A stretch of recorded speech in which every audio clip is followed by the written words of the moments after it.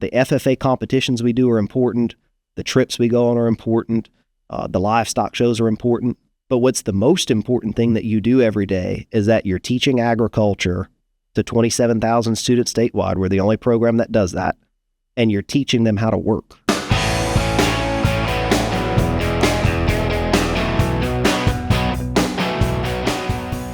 Hey everybody, welcome to the Louisiana Farm Bureau podcast. I'm your host, Karl Wiggers, and today I've got with me a longtime friend. I feel like we've worked for a while together, Cade LeJeune. You are now the executive director. Is that the correct title? Tell me. It's executive director. In FFA circles, we would call it the state FFA advisor. Okay, so cool. If you go to other states and you say executive director, they may say, what does that mean? But if you say state advisor, they'll understand. Got you. I just call you the big dog at FFA. Is that, you don't like that, do you? No, because I'm pretty short. So no big dog here.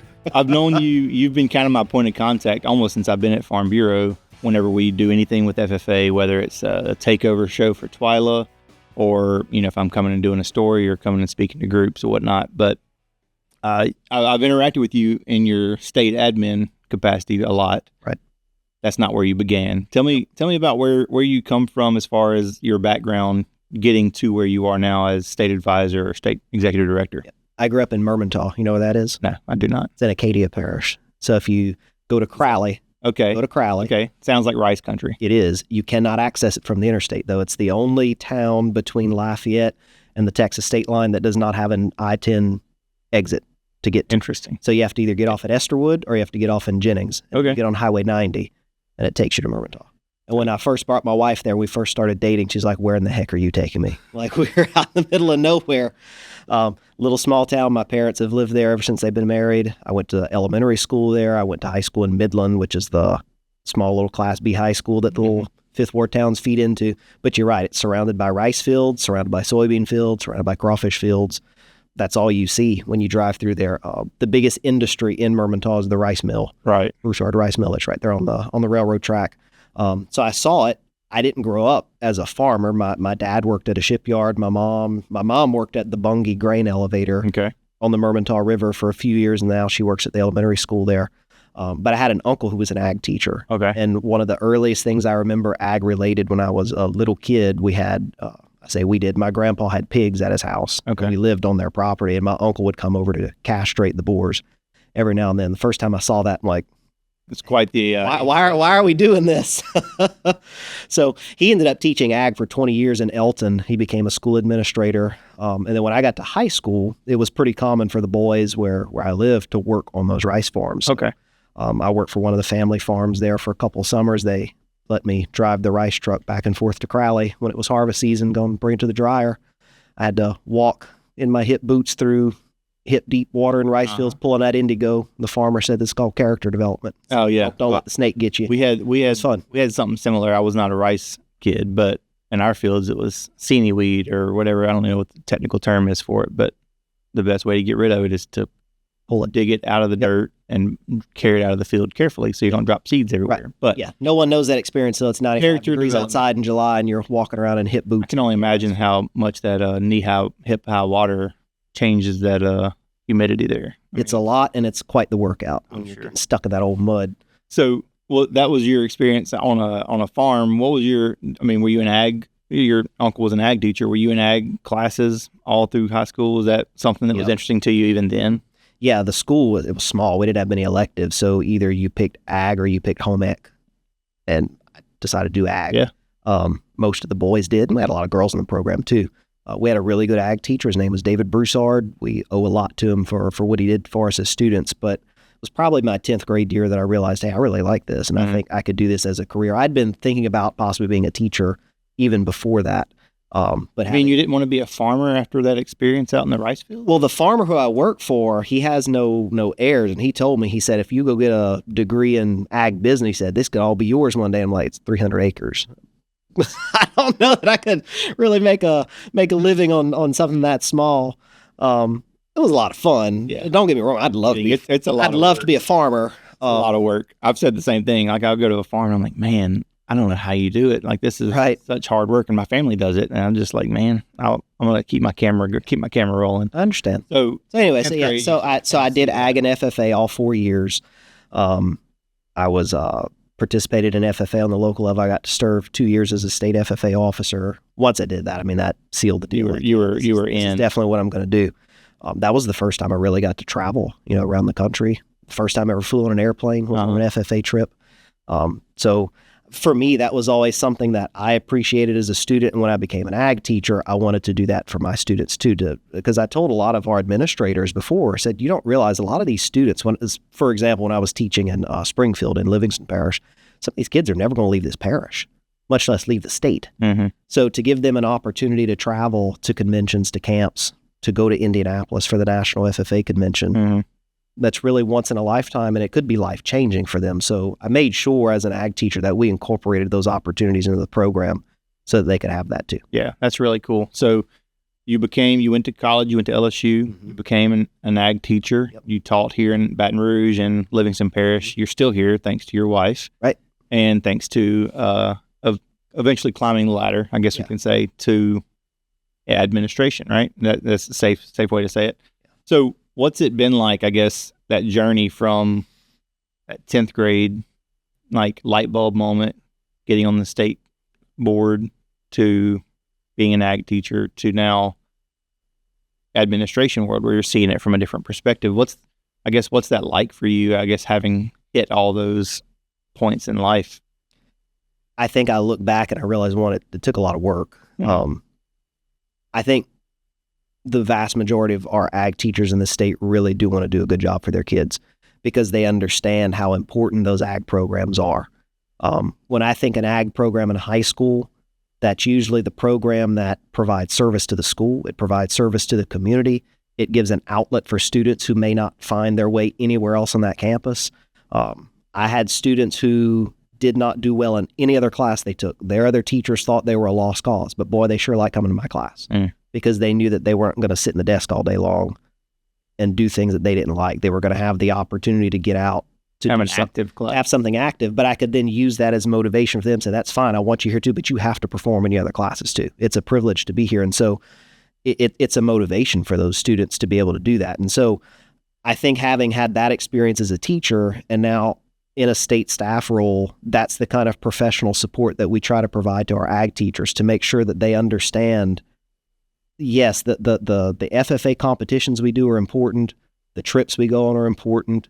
The livestock shows are important. But what's the most important thing that you do every day is that you're teaching agriculture to 27,000 students statewide. We're the only program that does that. And you're teaching them how to work. And you're teaching them life skills that they're probably not getting anywhere else. We had an Ag Ed Commission meeting yesterday.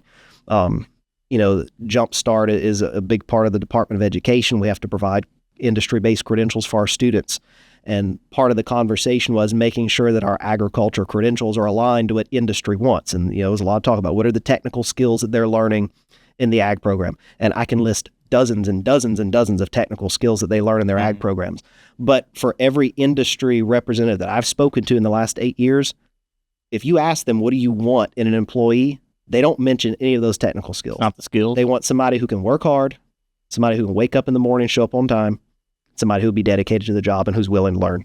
Man. That's all they want. And I think that's what we're producing. When you're saying this, all I can think about, Super Bowl just ended, but you hear about these coaches and I played a lot of sports, and I think about the coaches I remember are the coaches that didn't really have an impact on my playing and like my ability to hit a ball 300 feet or to throw a baseball as fast as I could. The coaches that I remember and I think about, and even the teachers, are the ones that taught me how to be a person in society. And you hear them, you see them on Facebook, you see them on social media, and the coaches that are preparing players to be young men in college play, you see it a lot in college. Like I think Deion Sanders, like him, love him or hate him, he's always told me, I'm trying to raise up young men, right, not superstar athletes. It's probably happening, but that's what I'm hearing you talk about. Like, yeah, if you can weld, great, but if you can wake up and you can look someone in the eyes and shake their hands, right, like that's even bigger. I think that's really cool. It's something that you can't put a dollar value on. You can't put a certificate on that. No, and I think we do that really well because we do it in the context of agriculture. What other industry requires that level of work for not a whole lot of accolade necessarily, but is the most important industry on the planet. Yeah. I mean, without ag, nothing else really matters, does it? And so to teach students how to work within that context, I think that provides a lot of value. It gives students a great sense of pride of knowing that they're learning skills in the most important industry that exists. And because of that work ethic that they develop, they become highly sought after by employers. Well, what's really cool to me is you got the experience of working on a farm in Mermentau, and I also was raised on a farm with my family, but kids in Springfield are probably not going to be raised. I taught in East Baton Rouge Parish for 3 years, so we talk about they're not going to get these city experiences that we got growing up, and ag is that opportunity. That's how you do it. That's where you can learn those same skills that I learned whenever my dad said, get on that four-wheeler and go do this job and that job, and I'll see you back in an hour. The first ever FFA competition that I trained a team in that placed at the state level was at Woodlawn High School in Baton Rouge. Those kids were not farm kids. Most of them were suburban at best. They placed in a livestock judging competition. So it can be done. Even in a urban setting, it can be done. And we have a lot of programs now statewide.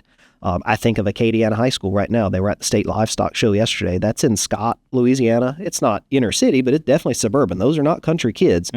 They had 14 kids showing livestock at the state show yesterday because they keep those animals on campus. That's awesome. They're providing those opportunities there. One of the presenters at the Ag Ed Commission yesterday was from St. Landry Parish. They've the school district and Southern University have a program that they're operating together where they've got greenhouses and high tunnels, and it's pretty much a hydroponics horticulture farm that they've established in the middle of Opelousas, and they're growing it so that students from the surrounding high schools can go there for internships. Awesome. That's what you have to do if you want students to have that kind of agriculture exposure. We have to bring it to them. That's really cool. Well, I was literally talking with a crawfish farmer the other day, and I was like, man, I'm raising my kid now in the middle of Baton Rouge, where I was raised in the middle of Franklin Parish. It's very different, and I want my kid to still have those opportunities. And ag is that ag classes and FFA, 4-H, all those programs are like, that's where those opportunities can come. And it's really cool that you've been able to do that. So you're kind of talking into success stories. And that's one of the things I wanted to talk to you about. You've gotten to see, as an ag teacher, you are a success story, whether you want to say it or not. You are, 10th grade Cade getting that light bulb moment whenever you hit the state officer team. And now from your vantage point, you get to see all these stories, all these students come through. And I was stalking you on Facebook a minute ago. I don't get on Facebook anymore. Anything you found is from years ago. You don't, but what I did see though were students tagging you when graduation comes around. Elizabeth comes to mind. She was on your state officer team 6 years ago, 5, 6, something like that. COVID year, 5 years ago. Yeah, and now when she worked, and then she worked office too. Then she worked with y'all, and then she, is just graduating, and you're taking pictures. You're seeing these students, grow up and go into the workplace, and I think that's a really cool thing. So, what are some whenever I say success stories, what comes to mind? What stories pop out, or what? I mean, you mentioned the Woodlawn team. What comes to mind whenever that really makes it worth it? What you do? I mean, in my current position on state staff, it's to see ag teachers finding great success with their students, because that's what we do. I mean, we exist to support those programs. My job is irrelevant if it's not for those 215 FFA chapters statewide and really good ag teachers who are there every day doing that work. That was a big part of our motivation during the COVID years. There were a lot of organizations, a lot of student organizations, they just went silent for a whole year. They just shut down. They felt that there was nothing they could do. We did everything we could to continue to provide opportunities, whether it was virtual. We would fight and fight and fight to get them in person, because our ag teachers are still going to work every day. And I told them that. I said, if you're having to adapt and if you're having to teach, we're going to do our part to make sure we provide. So that's our role. It's to serve those teachers, to make sure they have all the resources they need. So it's been really exciting the last 5 years or so to see how it's almost a snowball effect where, especially on the national level, I think for a long time, the perception was, well, we're from Louisiana, we're backwards in education. FFA is the same way. We do the best we can, but once you get past the state level, I mean, you can't compete nationally. There were a couple of teachers who started having national success. We had a national winner. And then now the expectation is when we go to National FFA convention, we're going to have a good number of our teams are going to be in the top 10 because that expectation has been established and teachers are now learning from each other and they're actively seeking resources of how do I prepare my students for that higher level of achievement. And I think you see that across the board. We've had, in the last 5 years, we've probably had 20 competition teams now have finished in the top 10 in the nation. We've had a handful of them have won. We've had National Agri-Science Fair winners, top 10 finishers. We've had a National FFA officer. I believe it's now 6 of the last 8 years our national officer has made it to the final interview round of national convention. That was unheard of just 10 years ago. Our membership has consistently grown every year. We were over 13,000 last year. I'm hoping we'll go even higher than that this year. You're just hearing it amongst ag teachers. You're hearing innovation now. You're hearing how do we take where we've been and start moving this forward, and not because we feel like we just need to do it. It's because it's for our students. If we don't move the program forward, our students fall behind compared to the opportunities they otherwise could be afforded. So for me, that's what's been the most exciting part of success and where we've been. It's just seeing that phenomenal growth statewide in the last 5 years. Yeah, that's really cool. And you're talking about all the success, and you said it. Your job is to provide for the teachers, and those teachers are the ones.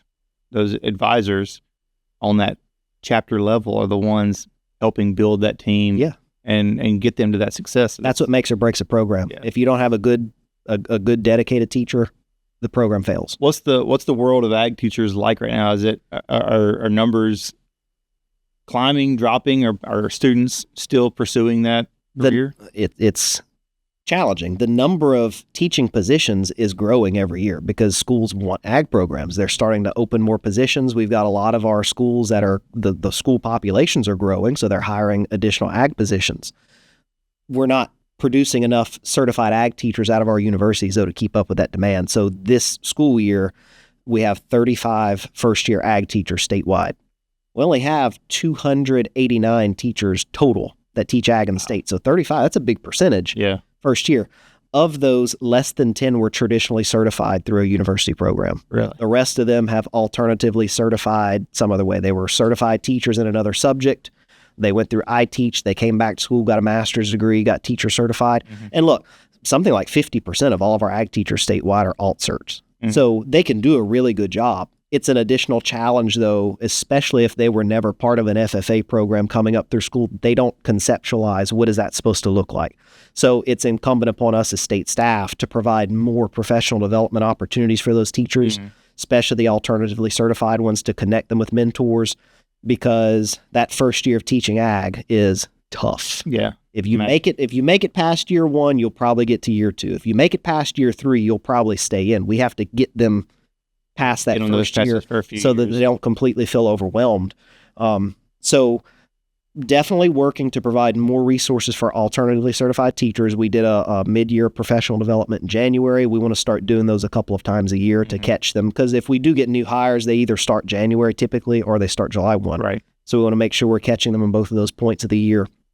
But also, our state is a part of the National Association of Ag Educators STAR grant program, which means we receive national funding every year to conduct activities and provide resources to try to get more undergraduates into our formal ag ed programs. We currently can certify ag teachers at LSU, Louisiana Tech, and McNeese.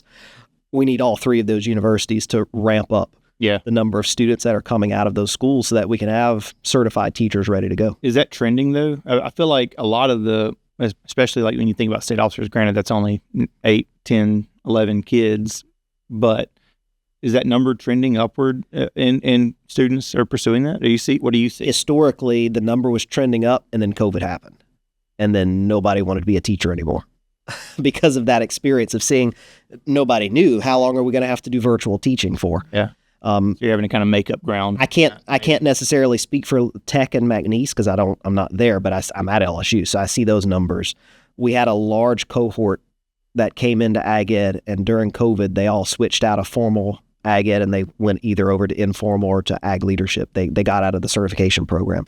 That number is growing again. I think right now there's probably, I don't want to misquote, but it's probably somewhere between 40 and 50 undergrads currently in the LSU ag ed program. Probably about half of those are teacher certified. We try to help them understand that, look, you can go through the teacher certification program, you can student teach, get your teaching certificate, and if you don't want to teach, that's fine. But at least you've got the certificate.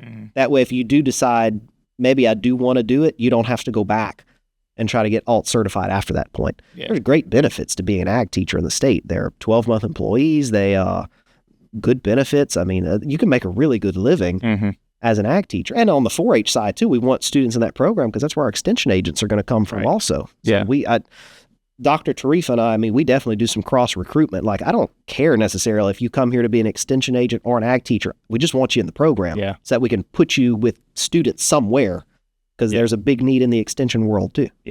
I kind of wanted to ask quickly about that because I don't want to, I feel like I've taken too much of your time and John's going to be ready for you. He needs you. But in the last couple of years, y'all have moved around the technical worlds of like where y'all are at in the world of LSU. How has that been? And I guess, can you give me the short answer of like how that benefits the students and the teachers? Yeah, we've been under Ag Center Youth Development now for about 2 years. I think it was 2 years ago we officially moved under. It's been probably the best thing strategically that's happened to ag education in the state in decades.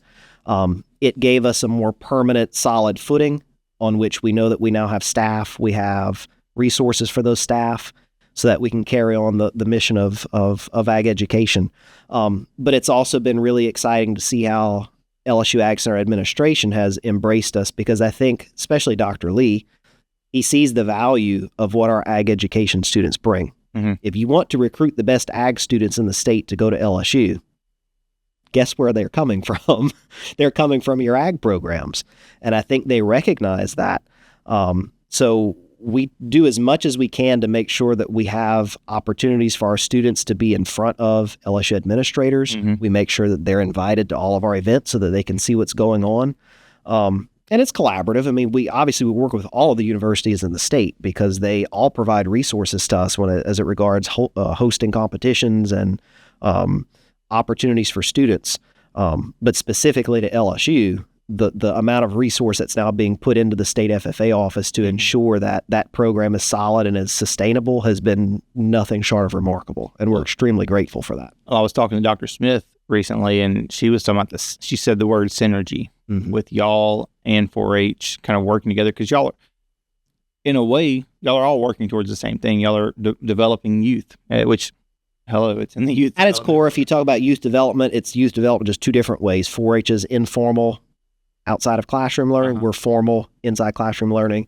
And a lot of our students are the same. Yeah. A lot of the same kids on roster, so it just makes sense. Yeah. And there's a lot of opportunity for overlap. Like, we do some joint competitions now. We do horse evaluation together. We do dairy cattle evaluation together. We do the livestock shows together. They're the same events. Yeah. So it just makes sense from a resource standpoint.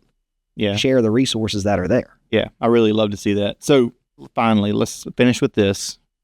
What are you looking, when you look forward?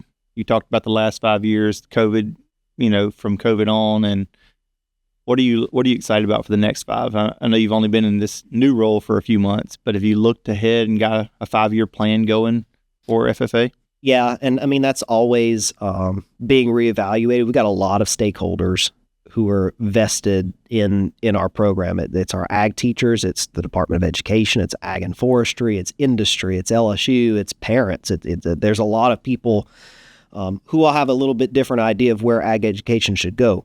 But I think we all agree that we need to continue to see membership growth, which provides opportunities for students. So we've been working on that for a few years. There's this concept from the National FFA organization called membership affiliation. And it's a change of philosophy that says if a student is in an ag class, they should be in the FFA program, period. It shouldn't be that membership dues keep them out of joining their FFA chapter. But we also know that some students can't pay FFA dues. I mean, it's $12 a kid to join. You think, wow, that's a tiny amount. But for some families, $12 is the difference between bread on the table that day and gasoline in the car to go to work. And so I'm not foolish enough to think that every child in the state has the financial means to join. And that should not be a barrier to keep them out of this program, which is still predominantly a public school program. The membership affiliation model would provide us a way to have one state fee that covers the cost of all of our students to join. And my opinion is it should not be the responsibility of the FFA chapter to fundraise to do that. I want to find state funding or private funding to just start covering that. There's something like 20 states nationwide who've adopted that model. Every single one of their ag students are now FFA members. How much money you need? I'll write you a check. You want me to tell you the number? Is it a number you know? Like, is that an exact number that? It would be about $300,000 every year. In the grand scheme of things, that doesn't sound like a lot. Yeah. I mean, it's not small. It's not nothing. I can't write you that check. No, I can't write that check. But I think that there are collective groups of donors who could. I think there are probably governmental programs that could, and I think that probably grants that could do it. And but that's the responsibility of us as state FFA staff and state leadership to keep sharing that story of why this is so important, so that we can arrive at that point. So that's one big thing we still work on. Related to that, on the developmental side, I think that we're finding now more people, individuals, organizations, industries who are realizing the value of what our program provides, and they want to invest back into that. So our foundation has done a good job the last few years of growing charitable donations every year. I see that continuing to get bigger and bigger. I think we got a big announcement that's going to come out during National FFA week next week for a private donor who just gave a sum that's going to be pretty exciting.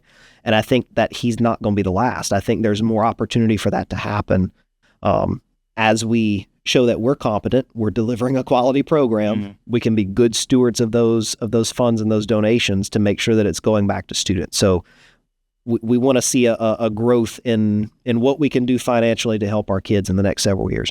And then I guess the last one, it's ensuring that the curriculum that we teach in ag, and then this is a conversation that I have to have with people a lot because they don't quite understand the concept of it. Most people, when they see me, they see state staff, they see what we do, they think, oh, that's FFA. Well, that's 1/3 of what we do. We're part of the ag education program. So it's classroom laboratory learning, supervised ag experiences, and FFA. That makes up the ag education program. The only way that continues to be relevant is if the curriculum that we teach and the skills that we teach are relevant to modern agriculture. And that's where partnerships with the groups like Farm Bureau come in, because y'all represent farmers in the state. Y'all represent producers in the state. You can tell me today what technology is being used on those farms that we need to be teaching in our ag classes. I can reach out to ag industries around the state who can tell me, from the supply side, from the farm service side, these are the technologies that we're utilizing that your students need to know. And that's probably the most difficult thing we do because the industry is changing so rapidly. I mean, you buy a brand new tractor today, Karl, next year, it's obsolete. I mean, that's how quickly that the technology is advancing on it. And so to be able to provide those authentic experiences on the high school level for students to have access to that, for our teachers to be prepared to teach that kind of curriculum, that is an ongoing effort. Fast. And it's moving faster than it's ever moved. So especially right now, we're going to be reevaluating, because the Department of Education is going to require it. We're going to be reevaluating all of the industry-based credentials that are currently offered through the Ag, Food, Natural Resources pathway. We're going to be looking at revising our curriculum standards to make sure that they're modern. I don't think those standards have been revised since the early 90s. I mean, that's like a millennia ago as it comes to technology and ag. I was about to say, especially talking about year to year, everything. Yeah. So we've got to do a better job of keeping up with that and working with our stakeholders to make sure that we're relevant. That's sounds like a big task. It's monumental, but it's got to be done. And we're glad it's you, not me. We're going to do it. We're going to work with you on it. We'll help you wherever we can. I guess I should finish with this. This is coming out. It is FFA week right now. If you're listening to this, it's FFA week. And we actually, whenever you were in your past position, we started doing an FFA takeover show for Twyla, where the students come on set, and then they film a show. And it's been a great joy for me, but I was going to brag on your students. They are always prepared, always professional, always a joy to be around. So it was reminded me last week whenever we were filming that, like, man, these guys and girls are going to be like replacing me anytime now. And we always joke about it on set. But whenever y'all leave, we're like, but for real, it's happening. They're extremely well prepared. I'm excited to see where they go. And that doesn't happen by accident. I mean, they've got really good ag teachers who prepare them, and then they just let us borrow them for a year to try to polish them up. I mean, that's years and years of training that they go through to get to that point. Yeah. Well, it's been a real joy getting to work so closely with FFA, and I've enjoyed that. So if you want to watch that takeover show this year, it's out now, and it'll be in the show notes. And you haven't seen it yet, but it Have not. comes out. I wasn't here this year to watch it. Comes out today while we're filming this. It's probably hitting Facebook and YouTube. So I'll put a link in the show notes for anyone listening. Cade, thank you for joining me. Thanks for spending your Friday morning with me. And for everybody listening, if you want to learn more about FFA, I'll have links in the show notes. I'll have the show, the recent takeover show from the FFA state officer team in the show notes. And if you want to donate to this foundation, I'll put a link in there as well. You can match. I know they'll be doing a lot of fundraising during FFA week right now. So I'll be putting links in there for that as well. For all you listening, thanks for listening. Thanks for watching. We'll see you again right here next time on the Louisiana Farm Bureau podcast.